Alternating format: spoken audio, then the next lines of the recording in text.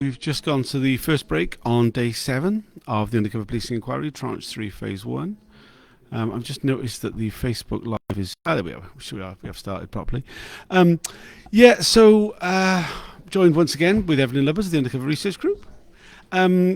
So this morning was further questioning of Ellie, who was one of the people one of the women who was deceived into a long-term intimate sexual relationship by the undercover police officer James Thomson, who she knew as James Straven. Slightly different to normal questioning. Instead of it being by counsel to the inquiry, the questioning was being done by her counsel, Charlotte Kilroy.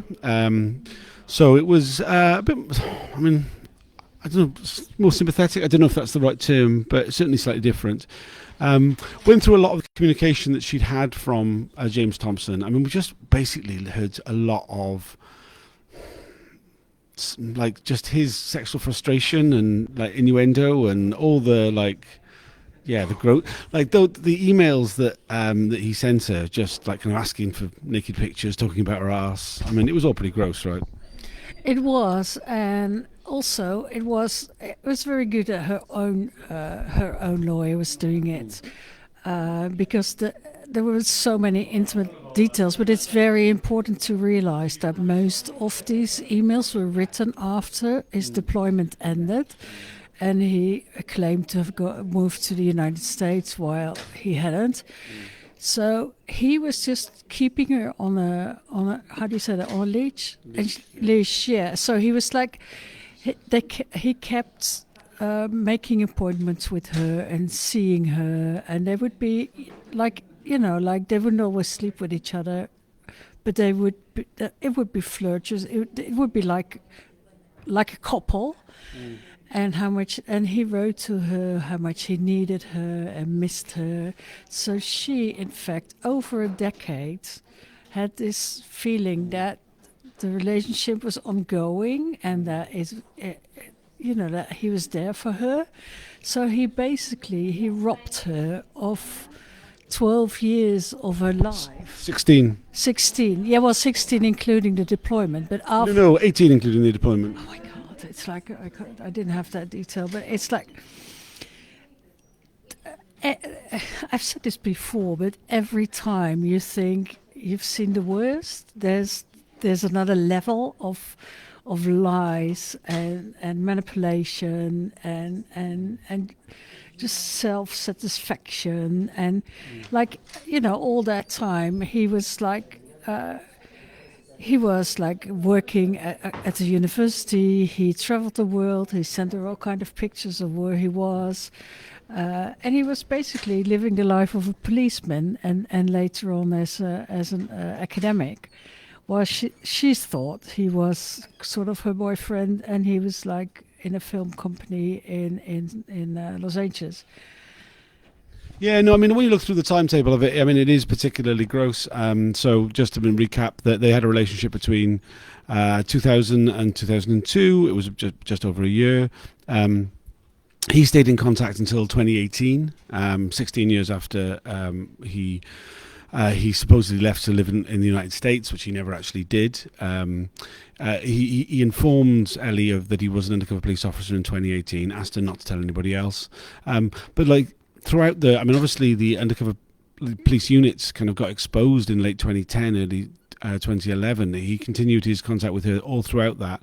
With the announcement of the inquiry and him being contacted with the inquiry, he met up with her for sex after that. And it was only really when he literally kind of basically appeared to have walked out of his meeting with the inquiry after he'd given a statement, thinking, I better contact her then. And then that's when he gave her a call. Yeah, basically, in his first meetings with the inquiry, he thought he could lie about the relationships. He claimed not to have them because he wanted to keep his real name secret. So he tried to get out of that, and then I think it came out somehow, or I think through Sarah, that the other woman who he had a relationship with, that it became clear to him that they had found out, and he wouldn't be able to keep his anonymity. So that idea that after that straight after the meeting he had with the inquiry, he called her or he texted her, "Can I speak to you?"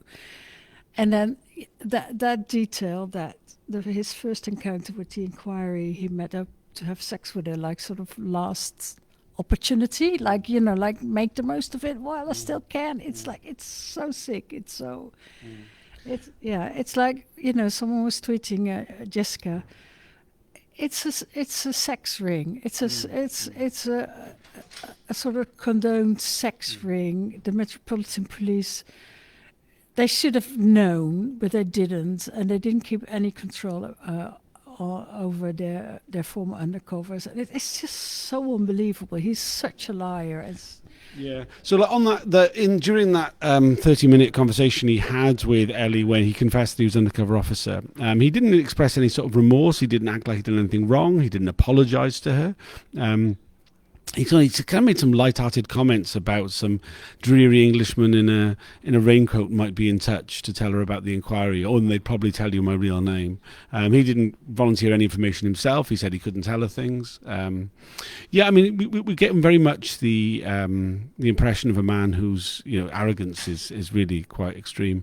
Ellie talked quite emotionally and movingly about how she's affected by this experience, about how she just doesn't trust anybody, how she checks her home for bugs on a regular basis. She's taken apart fans and things to see if there's any bugs in there. She feels like anytime sort of any vehicles come into her street, she's really concerned who they are, what if they're watching her, if she's being intimidated. She's convinced that he's going to enact revenge against her. She says, he did all this effort working for somebody else to do intelligence. She's sure he's doing intelligence about her now. He knows where she lives.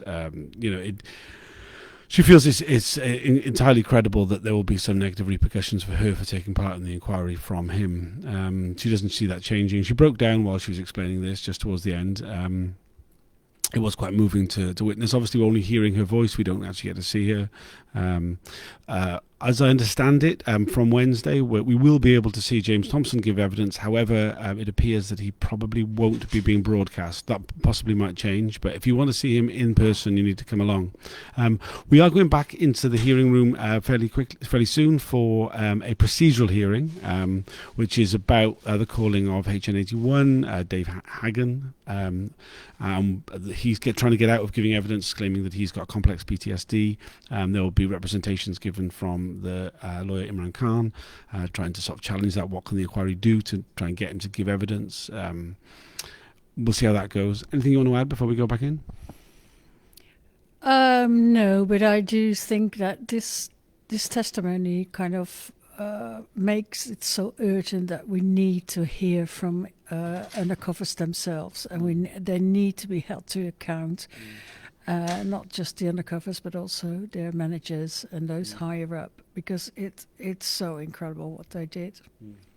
Yeah, absolutely. I mean, I think there's, he's such an odious, gross individual, James Thomson, that no wonder he's tried desperately hard to not be to be seen giving evidence, but he will be here giving evidence from Wednesday.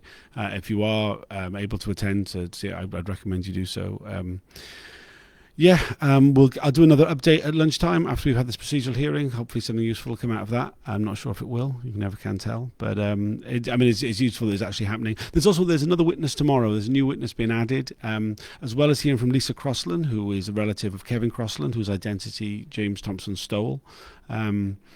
Who was I guess her half-brother, who died when he was 5 years old in 1966. We'll also be hearing from L3. L3 was one of the animal rights activists who James Thomson went to France with on a wine drinking holiday, which Thomson claimed was a very elaborate revenge plan of getting hold of a firearm to bring back to the UK. Kind of sounds ridiculous. It's Operation Lime. It has been referred to a number of times. That's something interesting to look out for tomorrow. I mean, once again, part of these really kind of complex lies that James Thomson spun for so many people. All right, thanks for joining. See you at lunchtime. Okay.